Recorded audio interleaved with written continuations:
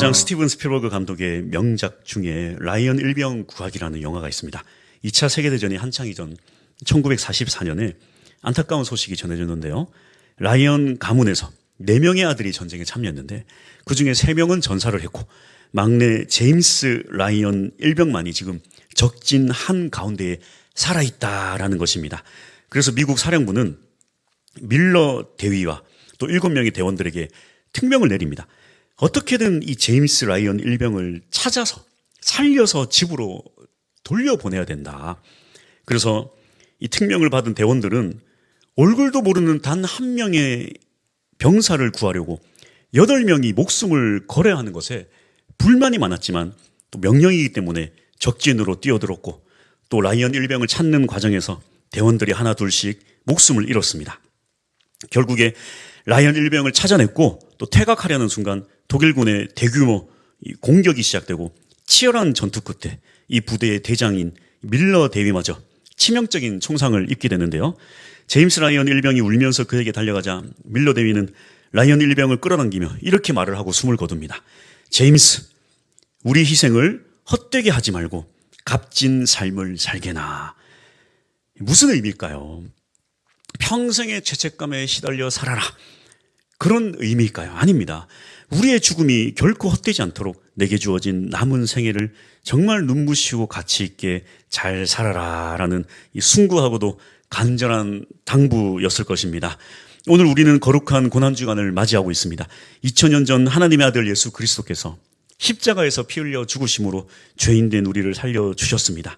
이 기간 우리가 나를 위해서 채찍 맞으시고 고난받으신 그 주님을 생각하며 우리가 또 눈물을 흘리고 슬퍼하는 것은 이 성도로서 참으로 귀하고 아름다운 모습입니다. 그 애통함이 없다면 우리는 십자가의 은혜를 안다고 할 수 없을 것입니다. 하지만 우리가 생각해 봐야 할 것이 있습니다. 우리가 그 십자가 은혜에 온전히 응답하기 위해서는 눈물과 슬픔의 자리에서만 멈춰서 있어서는 안 된다는 것입니다.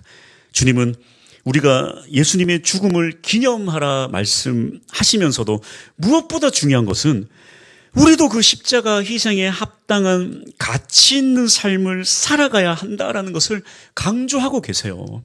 그래서 진짜 고난주간은 슬픔보다 십자가 사랑을 실천하며 사는 게 더 중요합니다. 할렐루야. 그러기 위해서 우리는 어떻게 해야 할까요? 첫 번째로 미련한 십자가의 능력이 무엇인가 한번 살펴봤으면 좋겠는데요. 바울은 18절에서 도저히 함께 쓸 수 없는 두 단어를 대조해서 사용하고 있는데 십자가의 도가 멸망하는 자들에게는 미련한 것이요 구원을 받는 우리에게는 하나님의 능력이라. 미련하다, 능력이다. 이 두 개가 상극이라 함께 할 수 없는데 특별히 이 미련하다라는 말은 이 앞뒤가 안 맞는 바보 같은 소리다. 정신 나간 헛소리다. 그런 의미를 가지고 있습니다.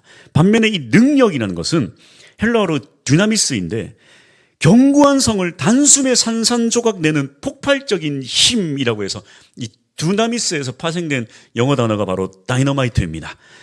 어떻게 이 십자가라는 단어 하나가 누군가에게는 미친 헛소리고 동시에 누군가에게는 아주 폭발적인 힘이 될 수 있는가? 우선 이 십자가를 미련하다라고 조롱하던 1세기 사람들을 보면 당시 헬라와 로마 사회 그 시대를 지배하던 가치가 무엇이겠습니까? 가장 강력한 군사력, 그리고 똑똑한 철학적 논리, 즉 힘과 성공과 지혜를 숭배했습니다. 당연히 세상에서 가장 화려하고 힘이 센 로마 황제, 또 지혜로운 철학자, 그들이 이 신에 가까운 자였습니다. 그런데 이 황제보다도 더 강력하고 철학자들보다도 더 똑똑해야 될 이 영광스러운 하나님의 아들이 가장 천한 노예나 반역자와 같이 발가벗겨진 채 십자가 사형틀에서 무기력하게 죽었다라는 거예요.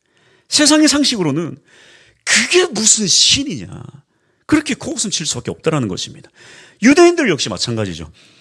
그들은 기적을 일으켜서 로마 군대를 단숨에 쓸어버릴 아주 강력한 정치적 지도자들을 원했지, 저렇게 나무에 매달려 피 흘려 죽어버릴 저런 무능력한 실패자를 원했던 것은 아니었습니다.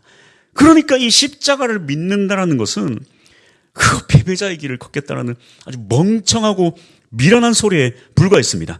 하지만 이 미련한 십자가가 사실은 온 인류를 구원해낸 하나님의 가장 위대한 능력이다, 이렇게 성경은 말하고 있습니다. 왜 그렇습니까? 하나님이 힘이 없어서 그랬을까요? 아닙니다. 하나님은 사실 이미 구약시대에 자신의 압도적이고 아주 물리적인 대단한 힘과 능력을 수없이 보여주셨어요. 타락한 온 인류를 거대한 홍수로 쓸어버리기도 하고, 당대 최고의 제국이었던 애굽을 10가지 재앙으로 산산조각 내셨고, 또 견고한 여리고성을 단숨에 무너뜨리셨습니다. 하지만 이 어마어마한 기적과 무서운 심판의 힘이 인간을 근본적으로 구원하고 변화시킬 수 없었다라는 것입니다. 왜 그렇습니까? 이 이스라엘 백성들을 보십시오. 애굽의 재앙을 봤죠. 그리고 홍해가 갈라지는 것을 봤습니다. 그 엄청난 능력을 두 눈으로 봤어요. 그런데 어떻게 합니까? 조금만 지나자 배고프면 돌아서서 불평하고 원망하고 우상 만들고 하나님 원망했다라는 거예요. 여러분, 이 힘의 유통기한은요, 짧아요. 우리가 기적을 보면 하나님을 믿겠다. 기적의 유통기한은요, 대단히 짧습니다. 그래서 이 힘이란 것은 완악하고 이기적인 인간의 마음을 돌이킬 수가 없습니다. 그래서 하나님은 세상과 전혀 다른 방법을 택하셨어요. 그런 강력한 힘을 보여준 대신에 직접 이 땅에 오셔서 벌레만도 못한 나를 살리기 위해 나를 대신하여 온갖 수치와 조롱을 당하시고 피 흘려 죽으셨다는 기가 막힌 미련한 사랑을 우리에게 보여주신 것입니다. 결국 모든 인간의 교만과 타락은 이 십자가 앞에 무너져 내릴 수밖에 없는 것입니다. 이것이 바로 이 십자가의 미련함이 가진 진짜 능력입니다. 하나님은 지독하게 교만한 우리 인간을 구원하기 위해 이 힘으로 세상을 짓누르는 그런 방식이 아니라 철저히 져주시고 바보가 되어주시고 우리의 눈높이를 맞춰주시고 우리 모든 죄를 뒤집어 쓰시는 방식을 택하셨습니다. 하늘의 12군단의 천사를 동원해서 지구를 한 방에 다 쓸어버릴 수도 있지만 그러지 않았다는 거예요. 이것이 바로 이 미련해 보이는 십자가의 강력한 능력입니다. 그런데 이 십자가와 함께할 수 없는 상극이 있는데 그게 뭐냐면 바로 세상 지혜입니다. 세상 지혜로 보면 십자가가 미련하고, 십자가의 시각으로 보면 미련하고 미련한 게 세상 지혜이기 때문에. 그렇다면 이 세상 지혜는 무엇일까요? 두 번째, 이 세상 지혜의 미련함에 대해서 한번 살펴보기 원하는데요. 고린도전서 1장 20절입니다. 지혜 있는 자가 어디 있느냐? 선비가 어디 있느냐? 이 세대의 변론가가 어디 있느냐? 하나님께서 이 세상의 지혜를 미련하게 하신 것이 아니냐. 이 세상 지혜라 하면 무엇인가? 세상의 것들을, 세상이 추구하는 것들을 구원자로 여기는 것이 바로 이 세상 지혜입니다. 당장에 눈에 보이는 힘, 능력, 권세, 편안한 삶, 높은 지위, 이런 것들을 구원자로 여기는 인생입니다. 그러나 바울은 이런 세상 지혜야말로 진짜 미련한 것이다 말하는데요.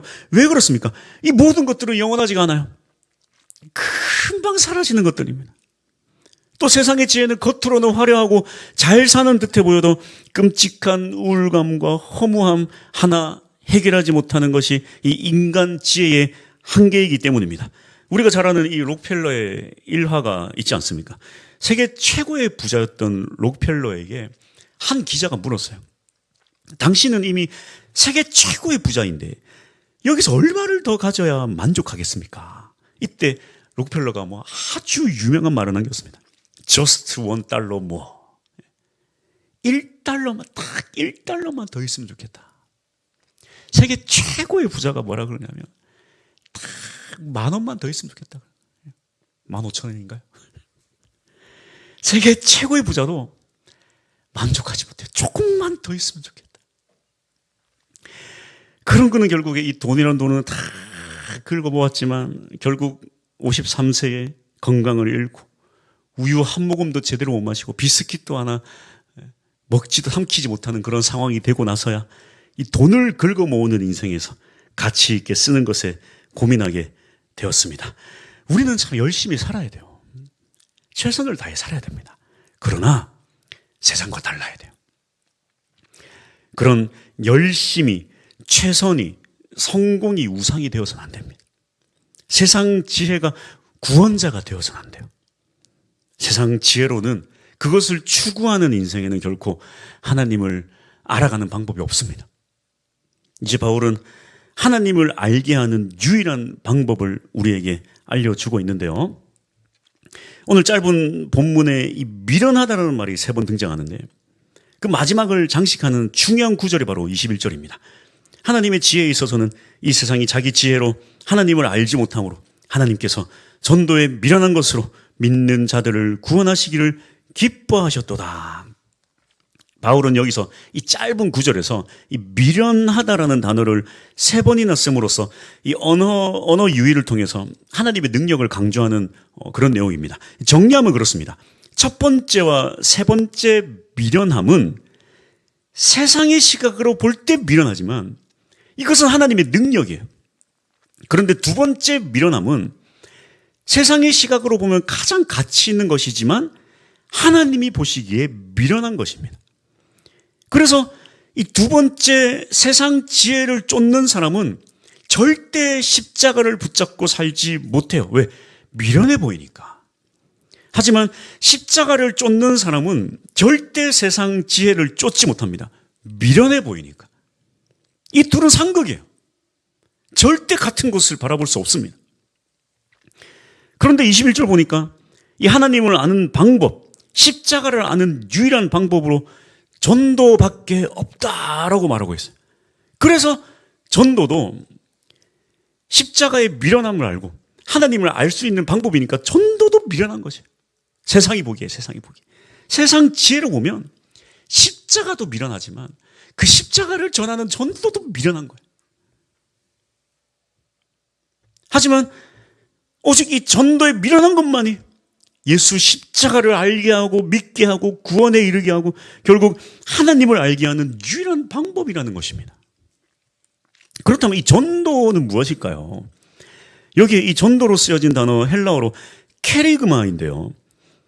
케리그마는 뭐냐면 고대 사회에서 왕의 아주 중대한 명령이나 또 이 전쟁에서의 승리의 소식을 백성들에게 알리는 왕의 전령의 선포 그 자체를 의미합니다.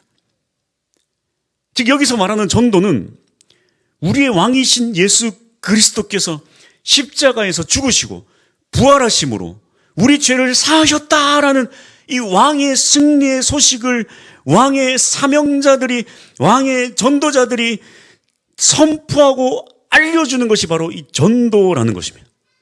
그런데 왜 이 케리그마, 즉 왕의 승리의 선포가 세상의 시각으로 볼 때 미련할까요? 당연합니다. 십자가로 승리했다는 그 사실 자체가 참으로 미련해 보이는 거예요. 아니 우주 만물을 다스리는 창조주 예수 그리스도가 뭐 이 땅에 와서 뭐 우리를 위해서 뭐 십자가에 매달려 죽었다. 너무 터무니가 없는 거예요. 사람들이 쉽사리 믿으려고 하지 않습니다. 아니 온 우주의 창조주 하나님이시며 와가지고 막 지구 몇 바퀴 막 돌리고 안 믿으면 막 우주로 막 박살내고 막 던져버리고 아니 그래야 되는데 무슨 뭐 신이 이 땅에 와서 뭐 하나님의 아들이 와가지고 뭐 십자가에 달려 죽고 부활하고 뭐 터무니없다는 거예요. 뭐 날 위해 죽었다고 내 죄 때문에 죽었다고 웃긴 소리 하지 말라는 거예요. 여러분 예수 십자가 모르는 사람이 어딥니까? 세상 사람들 다 알아요. 근데 왜 안 믿을까요? 미련해 터무니가 없어. 뭐 말도 안 되는 소리 하지 말라는 거예요. 사람들이 쉽사리 믿으려고 하지 않아요. 그 말도 안 되는 걸 나보고 믿으라는 소린가. 그러니 그런 말도 안 되는 승리의 선포를 하는 이 전도 자체도 미련한 것일 수밖에 없는 것입니다. 하지만 또 달리 이거밖에 없다는 거예요. 이 십자가를 무슨 어떻게 과학적으로, 수사학적으로, 수학적으로, 논리적으로, 철학적으로 무엇으로 그것을 포장한다고 해서 그것을 제대로 설명할 수가 없다는 거예요. 그저 팩트를 전할 수밖에 없다는 것입니다. 예수님이 십자가로 승리하셨다. 예수님이 십자가로 우리를 구원하셨다. 그 사실을 전할 수밖에 없어요. 그걸 믿든 안 믿든. 그래서 결국 이 전도에 미련한 것은 단순히 우리가 예수 믿으세요, 전도지를 전달하는 그런 행위를 훨씬 뛰어넘는 거예요. 나를 통해, 또 교회를 통해 하나님을 알게 하는 모든 것이 다 전도입니다.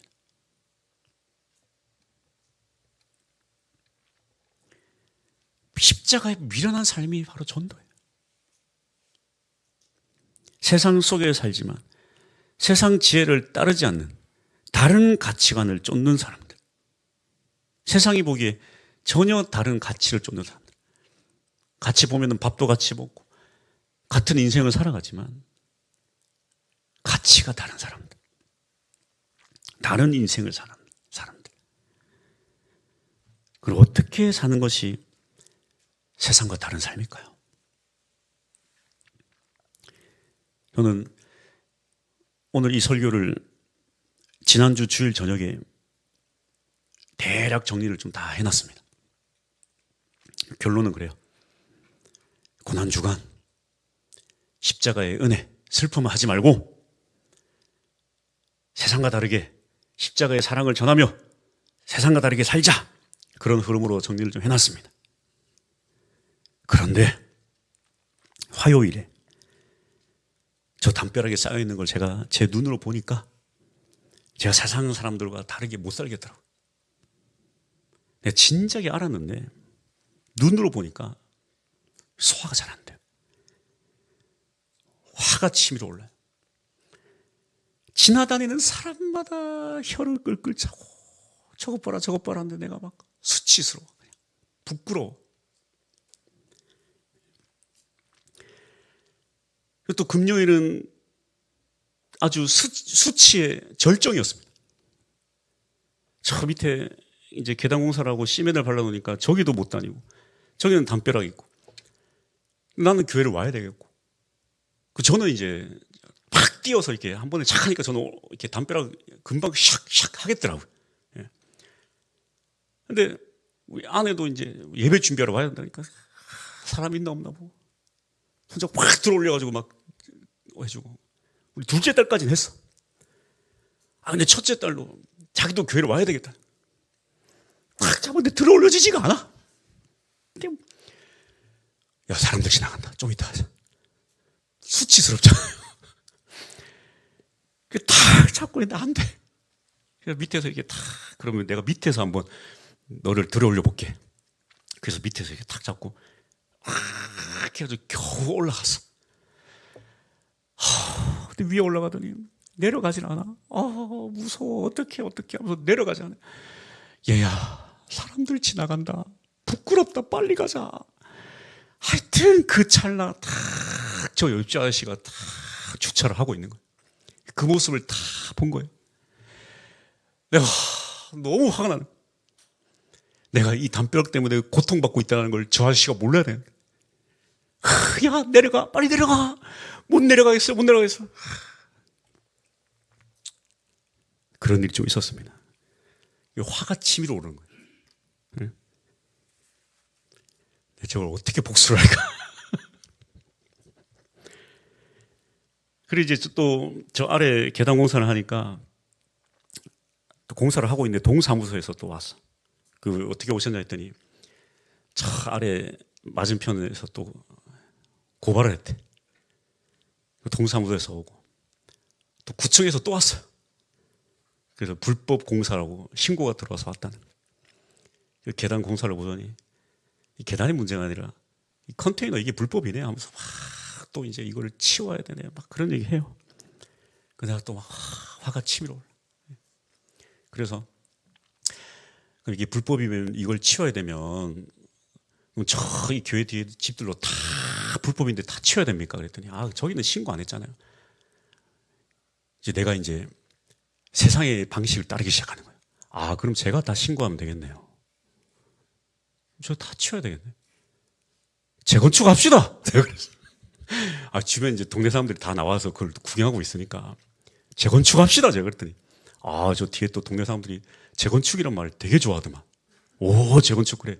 그리고 또 구청 직원은 이제 깜짝 놀라는 거야. 다 불법인데 다 밀어버립시다. 다 치웁시다. 그래서 제가 화딱지가 나요. 예. 그러니까 저도 이제 막 이 말이 이제 세게 나오는 거죠, 세게. 예? 다 치우고, 다 없애고. 여기서 30년, 40년, 몇십 년 살았는데 이제 와서 불법이라고 다 치우라고. 그런 게 어디 있습니까? 막 그랬어요. 그랬더니 앞사람하고 잘 화해를 해서 신고만 안 하면은 안 오겠다 그러더니 이렇게 가시더라고요. 그러니까 또 저 아래 사람이 막 용서가 안 돼. 왜 이걸 또 저기를 막으니까 여기를 하는 건데 그걸 알아주지도 않고 또 무슨 불법이니 뭐니.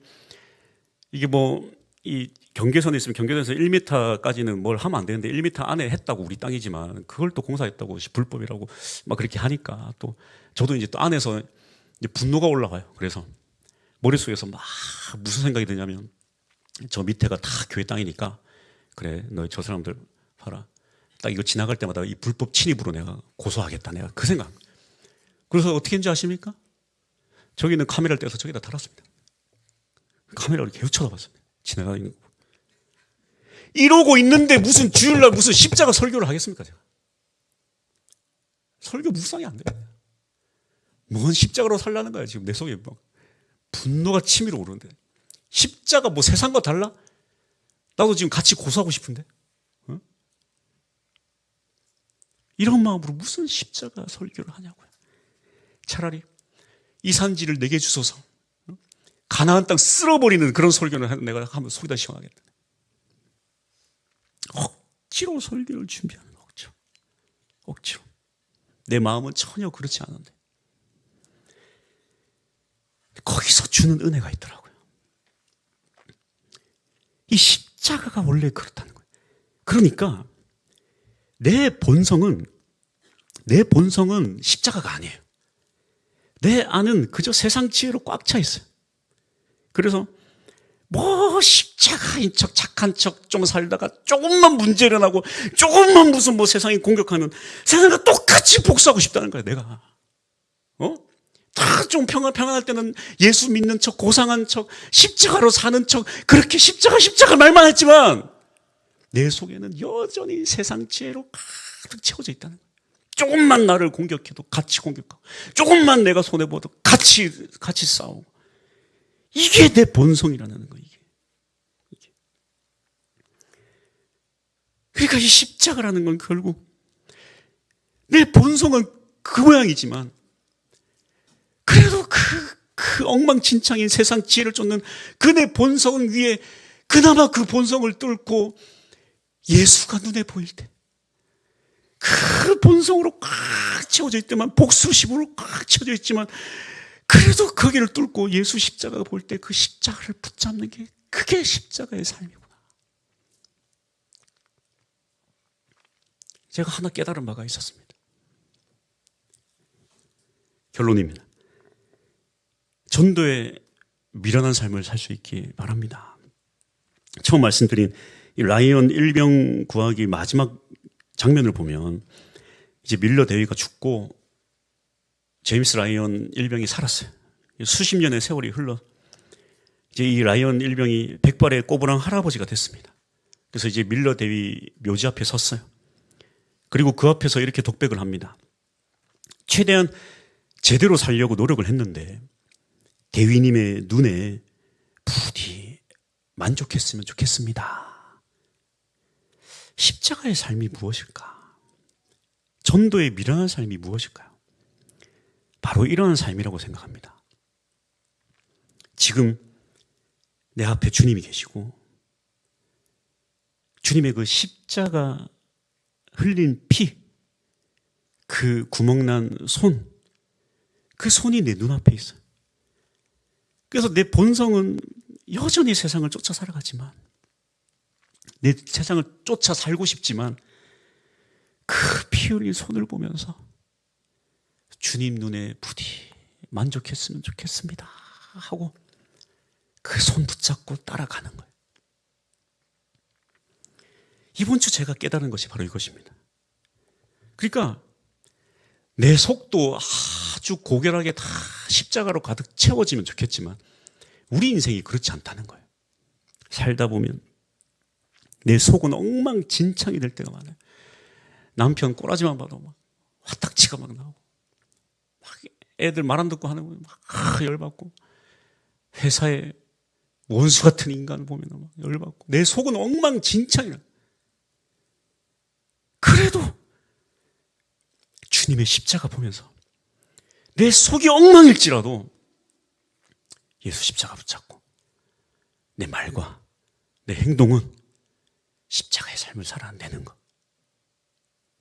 제가 뭐 이런 일을 겪었는데 뭐 저 옆집 아저씨 뭐 저 밑에 아줌마 뭐 사랑하겠습니까? 사랑하지 않아요. 죄송하지만 제 속은 여전히 엉망이에요. 근데 하나님께서 저를 시험하시나 봐요. 제가 이렇게 설교를 거의 마무리하고 어제 저녁에 저 밑에 뭐 또 올라오면서 저쪽이 안 보였으면 좋겠다 그래서 저거를 작업하고 있는데 핫딱지가 나잖아요. 근데 저는 이 주변에서 저 밑에 아줌마, 저 위에 아저씨 거의 볼 일이 없거든요. 근데 하필 저걸 밑에 작업하고 막 끙끙대고 있는데 또 그 아줌마가 이렇게 다 산책하면서 들어가시더라고. 내가 인상을 내가 꾸길 수도 있지만 미소를 지었습니다. 내 속은 엉망이지만 미소 지었어요. 안녕하십니까? 이렇게 잘 지내보자는 거예요. 그 바로 이제 여기 밑에 저기 뭐 오시는 길에 저것도 하고 있는데 저 옆에 아저씨가 원래는 산책을 안 하시는 분인데 또 어제는 또 이렇게 산책을 하시네 또. 그래서 내가 확 끙끙대면서 여기 오시는 길 막 작업하는 걸 다 쳐다보고. 그리고 평상시 같았으면 뭘 쳐다보냐는 식으로 내가 쳐다봤겠지만 어제는 이렇게 내 속은 엉망이지만 설교를 또 십자가 설교를 준비했잖아. 담벼락 괜찮습니다. 이런 제스처로. 우리가 막 속에서는 그렇게 천불이 올라와도 그것을 뚫고 우리에게로 다가오시는 그 십자가 은혜를 쫓는 사람들이 되어야 한다. 내 속이 엉망이니까 에이 몰라 엉망으로 살아야지 그게 아니라 그럼에도 불구하고 우린 연약해요. 우린 세상 지혜를 쫓아요. 내 속에서 나도 모르게 올라와요. 그거 어떡하겠습니까? 그래서 진짜 고난주간은 그렇습니다. 주님 십자가 지셨네. 얼마나 아프셨을까. 눈물을 흘리고 그렇게 고난에 동참하는 게 아니라 십자가를 지신 그 근본적인 이유, 나를 위한 사랑 때문이라면 진짜 고난주간에 우리의 실천은 사랑하는 것이다. 내 속에서 그렇지 못할지라도 사랑해내는 것이다. 주님도 그랬어요. 이 잔을 내게서 옮겼으면 좋겠다고. 그러나 십자가 지셨잖아요. 우리도 그래요. 저 인간 복수하고 싶지만 사랑해내는 것. 그래서 내 눈앞에 있는 먼저 남편, 아내, 또 직장 동료, 친구, 여러 가지 내 주변에 나랑 얽혀있는 사람들을 사랑해내는 것이 고난주간에 더 가치 있게 보낼 수 있는 한 방법입니다. 할렐루야. 그렇게 살아갈 수 있는 우리 모두가 될 수 있게 축복합니다.